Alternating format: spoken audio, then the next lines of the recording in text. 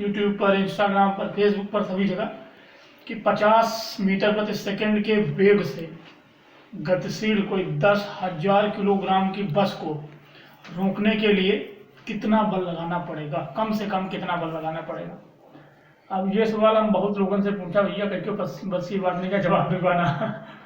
Lucknow university लेके गए थे, वो कुछ बताया था नहीं, वो प्रोफेसर एक मिला हमको। प्रोफेसर साहब का लगा रहे ये तो बड़ा आसान है, अब भाई बताए तेरे नेमा कहाँ है। हम कहा हाँ बताओ, ठीक है बताओ। कहा लगा एक लड़की उनके पास खड़ी थी, स्टूडेंट, अरे श्रद्धा जो इनको बताओ सर। वो सवाल देखे तो क्यों समझ में आवा नहीं, तो पीएचडी वाले एक दूसरे स्टूडेंट के यहाँ बताए सर देखो इनका कोई सवाल है। वो पीएचडी वाले स्टूडेंट के यहाँ दिखावा, वही के पास क्या कुछ हिसाब किताब बैठा नहीं। तो वही बाकी ने कि कहा कि ठीक है हम कोयरा पर डाल के यहाँ देखिए, कोयरा वेबसाइट पर ही है तो वहीं पर देखिए कहाँ आंसर आवत है। हम कहा हाँ ठीक है बताओ, पता कि मैं कहा जो उनका रिसर्च वाला कोई ग्रुप है,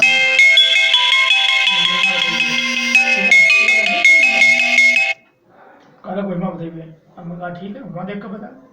तो अब हम बता दें, देखो न्यूटन का जो पहला नियम है वो ये बात कहता है कि यदि कोई वस्तु गति कर रही है यूनिवर्स में, जहाँ कोई ग्रेविटी या कुछ भी नहीं है, अगर कोई वस्तु गति कर रही है तो जब तक उस पर बाह्य बल नहीं लगेगा तब तक वह उसी वेग से सीधी रेखा में गति करती रहेगी। यदि कोई पिंड स्थिर है और उस पर बाह्य बल नहीं लग रहा है तो वह अनंत समय के लिए स्थिर ही रहेगा, उसे रोका कभी भी स्वयं नहीं रुकेगा या स्वयं ही गति नहीं करेगा। ये है न्यूटन का पहला नियम।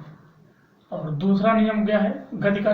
दूसरा नियम, संवेग परिवर्तन की दर पिंड पर लगाए गए बल के बराबर होती है। इस फार्मूले को पहले लिख देता हूं, वो है ये,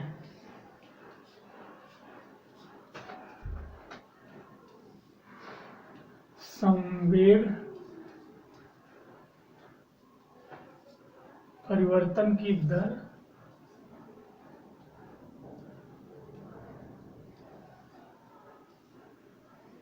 पिंड पर लगाए गए बल के बराबर होती है। ठीक है, तो अब हम इसको ऐसे भी लिख सकते हैं, F equal to m into delta v by delta t। ठीक है, ये हो गया।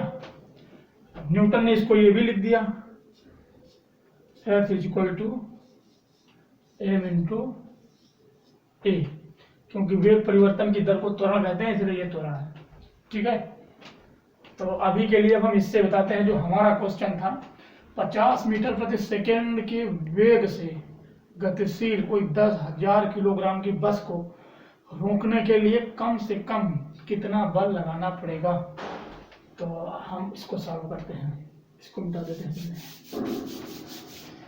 देखो बल कितना लगाना पड़ेगा, ये है बल बराबर मास कितना है उसका बस का 10,000 किलोग्राम, ठीक, इंटू वेग परिवर्तन कितना है, बस को हमें रोकना पड़ेगा, तो रोकने के लिए हमें करना पड़ेगा 50 मीटर पर सेकेंड की स्पीड है, उसको हमें रोक के जीरो करना पड़ेगा। तो जो वेग परिवर्तन होगा वो 50 मीटर होगा, 50 मीटर पर सेकेंड। अब यहाँ देखने की चीज है कि हमने सवाल में ये पूछा है कि कम से कम कितना समय लगे, क्या सो बोलते हैं, कम से कम कितना बल लगाना पड़ेगा किसी गतिशील मतलब 50 मीटर प्रति सेकेंड के वेग से गतिशील 10,000 किलोग्राम की बस को रोकने के लिए कम से कम कितना बल लगाना पड़ेगा। कम से कम बल लगाने के लिए यहाँ ये है कि समय को ज्यादा करना पड़ेगा, समय ज्यादा होगा तभी बल कम आएगा, है ना। तो अगर हम 1 सेकेंड में करेंगे तो जो फोर्स है वो हो जाएगा कितना, 50 4 1 2 3 4 न्यूटन फोर्स। ठीक है, अब क्योंकि हमें फोर्स कम से कम निकालना है, कम से कम निकालने के लिए अगर यहाँ हम अभी 1 सेकेंड था, अभी हम इसको कर देंगे 10 सेकेंड में। तो 10 सेकेंड में करेंगे तो फिर ये 1 0 कम हो जाएगा, ठीक है, फोर्स कम हुआ पहले की अपेक्षा। अब फोर्स को और कम करना है तो हमें 100 सेकेंड में रुकना पड़ेगा, तो ये एक और कम हो जाएगा। ठीक है, अब अगर हमें फोर्स और कम करना है तो एक जीरो और बढ़ाना पड़ेगा, तो फिर ये और कम हो जाएगा।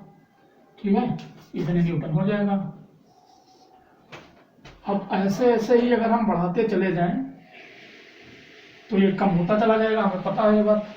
समय जितना ज़्यादा बढ़ाएंगे फोर्स उतना कम होता जाएगा। तो अगर हम इसको कर दें, समय को बढ़ा करके कर दें अनंत, ठीक है,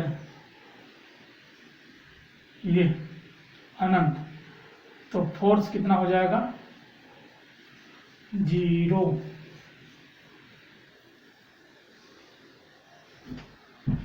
ठीक है, तो ऑन लिख गया 0 की ये 0। ठीक है, अगर उस 50 मीटर पर सेकंड की स्पीड से गतिशील 10,000 किलोग्राम की बस को रोकने में हम अनंत समय लगा दें, धीरे धीरे धीरे धीरे लगाएं, अनंत समय लगाएं, तो जो फोर्स की वैल्यू आएगी वो आ जाएगी 0 न्यूटन। 0 न्यूटन लगा के, न्यूटन के दूसरे नियम के अनुसार 0 न्यूटन बल लगाएंगे तो बस रुक जाएगी अनंत समय में। तो फिर अगर ऐसा हुआ कि 0 न्यूटन बल लगा के अगर रुक जाएगी, तो जो न्यूटन का जो पहला नियम है वो तो कहता है कि बाह्य बल के भाव में, जहाँ मतलब अगर 0 बल लगाओगे तब तो रुकेगी ही नहीं। कोई भी चीज़ अगर गतिशील है, 0 बल लगा के कोई चीज़ रुक ही नहीं सकती है, ये न्यूटन का पहला नियम है।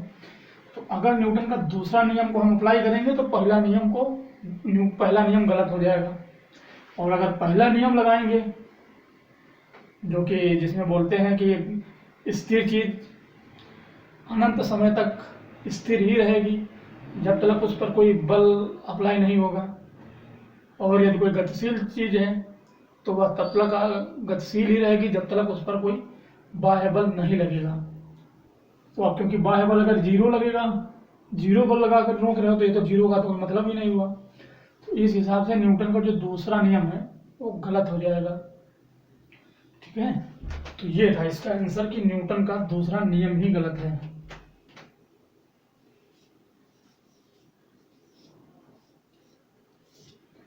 न्यूटन का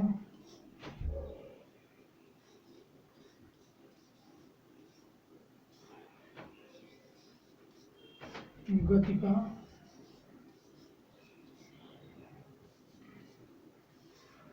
दूसरा नियम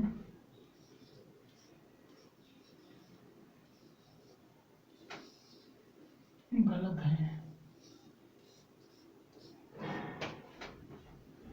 बस यही था कि न्यूटन का दूसरा नियम ही गलत है, इसलिए उसे उस सवाल का आंसर कोई दे ही नहीं सकता है। ये जो सवाल का कोई आंसर देगा तो न्यूटन का दूसरा नियम गलत साबित हो जाएगा। ये आंसर अगर दूसरे नियम को सही साबित करेगा वो, तो न्यूटन का पहला नियम गलत हो जाएगा। जबकि पहले नियम को हम देखते हैं कि वो लाइफ में हर जगह रूल्स उसका लागू होता है, हर जगह उसका प्रैक्टिकली भी करोगे तो दिखाई देता है। लेकिन जो दूसरा नियम है उसको प्रैक्टिकली वो कहीं दिखाई नहीं देता ऐसा। इस वजह से न्यूटन का दूसरा नियम गलत है। अगर दूसरे नियम को अप्लाई करेंगे तो तीसरा जो क्रिया प्रतिक्रिया का नियम है वो भी उसमें भी सही नहीं बैठता है। जबकि न्यूटन का पहला नियम और तीसरा नियम जब देखोगे वो दोनों एक दूसरे पे सही फिट बैठते हैं। ये दूसरे नियम का कोई हिसाब किताब ही नहीं मिलता है कहीं, इसलिए यही गलत है।